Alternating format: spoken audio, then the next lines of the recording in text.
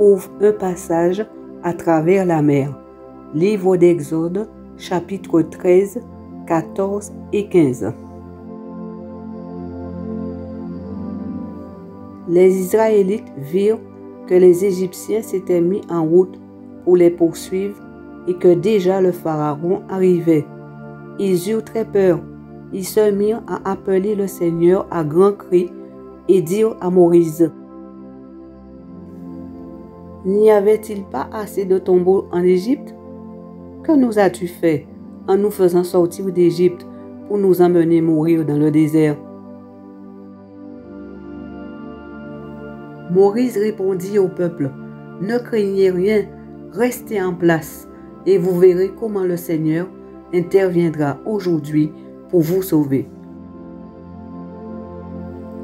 En effet, ces Égyptiens que vous voyez aujourd'hui, vous ne les reverrez plus jamais. Le Seigneur va combattre à votre place. Vous n'aurez pas à intervenir. Gardez le silence. L'Éternel dit à Moïse: « Pourquoi ces cris? Parle aux enfants d'Israël et qu'ils marchent. Toi, lève ta verge, étends ta main sur la mer et fends-la. Et les enfants d'Israël entreront au milieu de la mer à sec. Et moi, je vais endurcir le cœur des Égyptiens pour qu'ils y entrent après eux. Et Pharaon et toute son armée, ses chars et ses cavaliers feront éclater ma gloire. Et les Égyptiens sauront que je suis l'Éternel quand Pharaon, ses chars et ses cavaliers auront fait éclater ma gloire. » L'ange de l'Éternel, qui auparavant précédait les Israélites, alla se placer derrière leur camp. De même, la colonne de fumée qui était devant eux passa derrière eux. Elle se plaça entre le camp des Égyptiens et celui des Israélites. Cette fumée était obscure d'un côté, tandis que de l'autre, elle éclairait la nuit.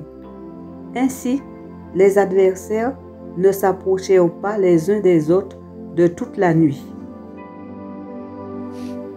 Moïse étendit le bois au-dessus de la mer.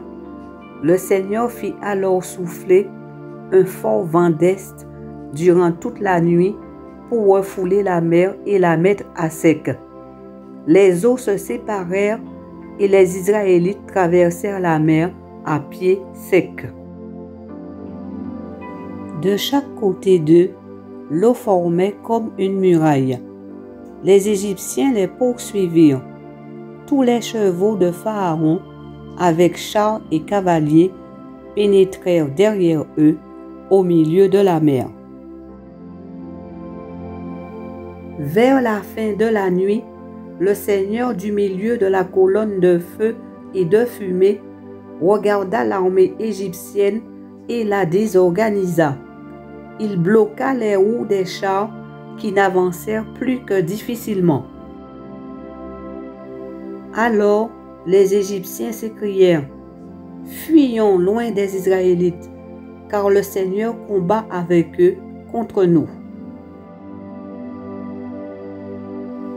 Le Seigneur dit à Moïse: « Étends ton bois au-dessus de la mer pour faire revenir l'eau sur les chars et les cavaliers égyptiens. » Moïse obéit. Alors, à l'aube, la mer reprit sa place habituelle. Les Égyptiens qui s'enfuyaient se trouvèrent soudain face à l'eau et le Seigneur les y précipita. L'eau recouvrit tous les chars et les cavaliers des troupes du Pharaon qui avaient poursuivi les Israélites dans la mer. Personne n'échappa. Quant aux Israélites, ils avaient traversé la mer à pied sec, l'eau formant comme une muraille de chaque côté d'eux. Ainsi, ce jour-là, le Seigneur délivra les Israélites du pouvoir des Égyptiens, et les Israélites purent voir les cadavres des Égyptiens sur le rivage de la mer. Les Israélites virent avec quelle puissance le Seigneur était intervenu contre l'Égypte. C'est pourquoi ils reconnurent son autorité, ils mirent leur confiance en lui et en son serviteur Moïse. Moïse et les Israélites chantèrent en l'honneur du Seigneur le cantique que voici.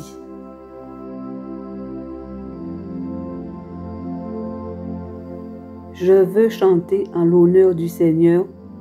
Il a remporté une victoire éclatante. Il a jeté à la mer chevaux et cavaliers. Ma grande force, c'est le Seigneur. Il est venu à mon secours. Il est mon Dieu, je le louerai. Il est le Dieu de mon Père, je proclamerai sa grandeur. Le Seigneur est le héros des combats. Il mérite bien son nom, le Seigneur. Il a jeté à la mer les chars et les troupes du Pharaon. Les meilleurs officiers égyptiens se sont noyés dans la mer des roseaux. Ils ont coulé au fond comme des pierres et les flots les ont recouverts. Seigneur, quelle force dans ta main droite! C'est elle qui met tes ennemis en pièces. Que ta grandeur est impressionnante. Elle renverse tes adversaires.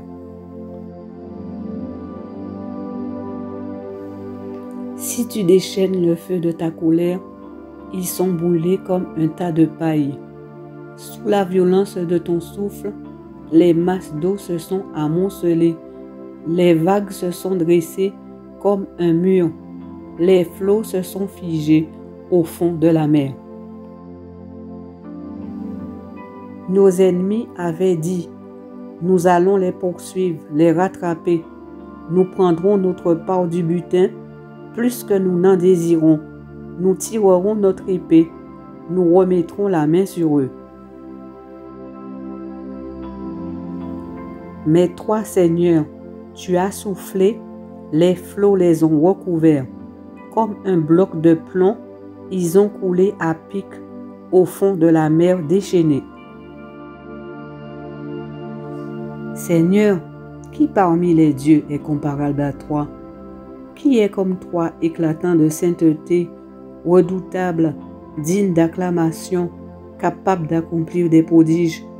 Un seul geste de ta main droite, et la terre a englouti nos poursuivants. Tu as délivré ton peuple avec amour, avec puissance. Tu le conduis vers le pays que tu lui réserves. Les peuples voisins tremblent à cette nouvelle. Les Philistins sont saisis d'angoisse. Les chefs d'Édom sont plongés dans la crainte. Les princes de Moab sont remplis d'effroi. Les Cananéens perdent tout courage. Une terreur panique s'abat sur eux. Devant la puissance de ton intervention, ils demeurent paralysés. Seigneur, jusqu'à ce que ton peuple ait passé, le peuple que tu as acquis. Maintenant, tu le conduis sur ta montagne pour l'y installer, Seigneur. C'est le lieu que tu as préparé pour y habiter et y fonder toi-même ton sanctuaire. Seigneur, tu es roi pour toujours.